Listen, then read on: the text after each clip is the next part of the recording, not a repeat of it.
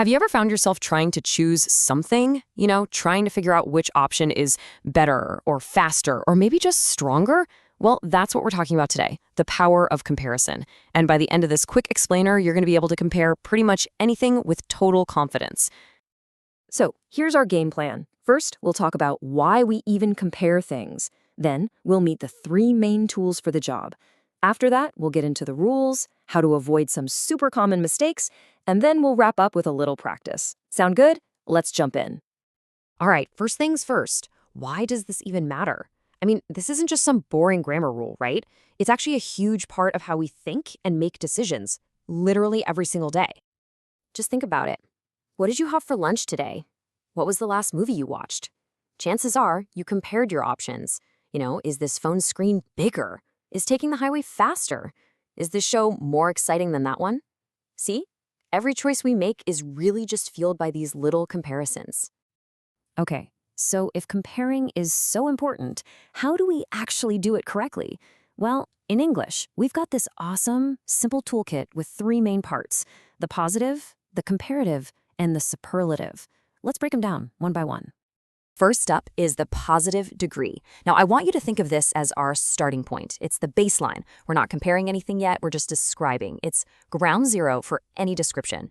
For example, if I say the elephant is big, I'm not comparing it to a mouse or a giraffe. I'm just stating a fact about the elephant. Same thing with this book is interesting or Ria is smart. It's just a simple, direct description of one thing. But what happens when we throw a second thing into the mix? Well, that's when we need the comparative degree. This is all about comparing 2 things. And here's a little tip. You can usually spot it by the at the end of a word or the word more right before it. You see the pattern here? It's always one thing versus another.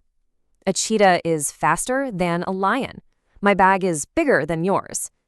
That word, than, is a huge clue. If you see than, you're almost certainly in comparative territory. So what if we're comparing like a whole group of things? For that, we need the big one, the superlative degree. This is how we find the absolute extreme, the best of the best, the tallest of the tall. You're going to want to look for words ending in est or with the word most in front. Think about it, right? Mount Everest isn't just higher than one other mountain. It's the highest of all of them. Asha isn't just smarter than one friend. She's the smartest in the whole class.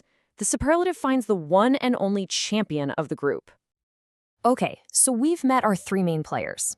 But how do we actually build these words ourselves? Let's take a look at the rules of the game. It's actually pretty straightforward. So, here are the 4 basic patterns. For short, one-syllable words like big, you just add ER or ESD. Easy. For longer words like beautiful, we don't say beautifuler. That's a mouthful. We just put more or most in front. Now, if a word ends in a Y, like happy, you just change that Y to an I before you add ER or EST. And then you have the rebels, the irregulars, like good, which just change completely to better and best. Those guys, you just gotta memorize them. All right, now that we know the rules, let's talk about how to avoid breaking them. There are a few really common mistakes that people make all the time, but they're super easy to fix once you see them. Oh man, this one is huge. The double comparison. You can't say something is more bigger. It's just redundant. The ER on bigger already means more, so you have to pick one. Either you add ER or you use more, but you can't do both. And, you guessed it, the exact same rule applies to superlatives. You can't be the most smartest. It just doesn't work. You're either the smartest or maybe the most intelligent. Again, you just have to choose one form. Remember our little clue from before, that word than? Well, that word is your signal that you are comparing exactly 2 things. And when you're comparing 2 things, you always have to use the comparative form, the ER one. So it's taller than, not tallest than. So, what's the golden rule here? What's the one thing to remember to avoid all these problems? It's this. Use only one form of comparison at a time. Do that, and you'll be golden.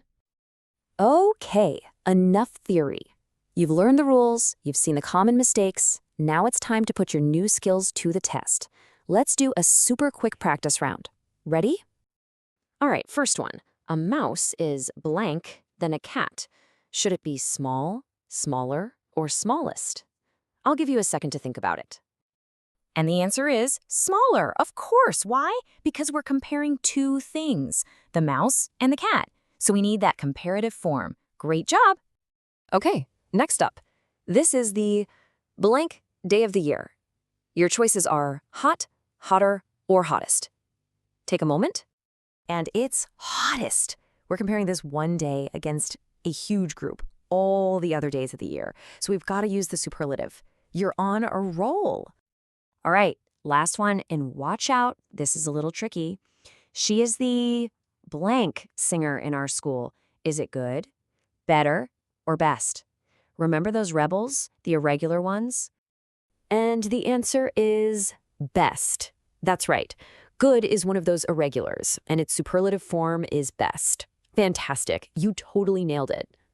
So let's do one final super fast recap. Positive is for one thing, big. Comparative is for two things, bigger. And superlative is for three or more things, biggest. That's it. Simple as that.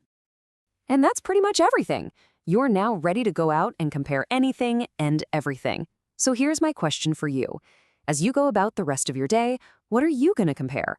And more importantly, what will you discover is the best, or the fastest, or maybe just the most amazing part of your day? Thanks for joining me.